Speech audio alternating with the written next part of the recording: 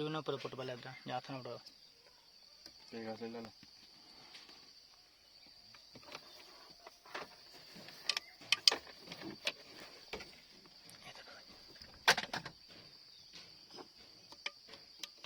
ठीक है मोटा है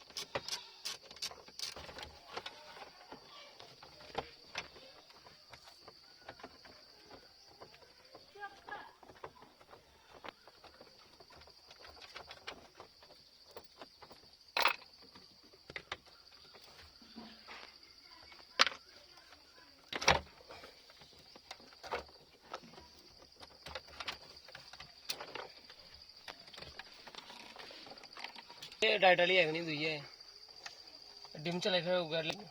एलईडी